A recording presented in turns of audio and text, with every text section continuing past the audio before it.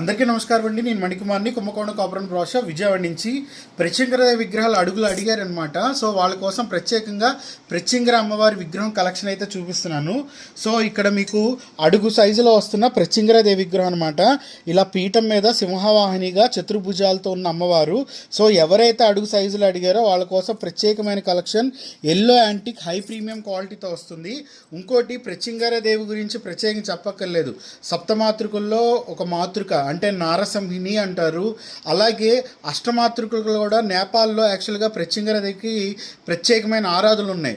So Nepal వాళ్ళు ఏంటంటే అష్టమాతృకుల్లో ప్రత్యంగరాదేవిని చేర్చారనమాట. So ఇది కూడా చాలామందికి తెలుసు. అలాగే ప్రత్యంగరాదేవికి ప్రత్యేకంగా పేరు అనేది లేదు. ఆ ప్రత్యంగరాదేవి పేరు కూడా రావటం గల కారణం ఇద్దరు ఋషులు అనమాట.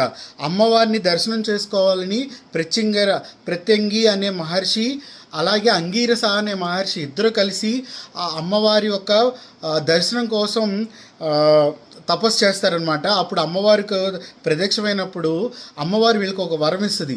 సో ఈ రోజు నుంచి మీ ఇద్దరు పేర్ల కలయికతో నా పేరు ప్రత్యంగర అనే పేరు అనేది వస్తుందని చెప్పి అమ్మవారు చెప్పి వాళ్ళిద్దరికి వరాన్ని కూడా ఇస్తుంది అనమాట.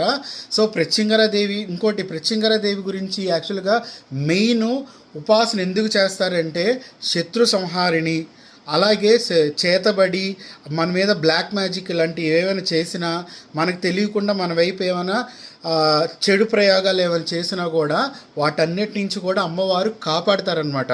సో అందుకనే నేను మొన్న కూడా చెప్పాను, వారాహి పూజ చేసే ఇంట ప్రత్యంగర పూజ చేసే పంచన వాళ్ళ జోలికి ఎవ్వరు రారని.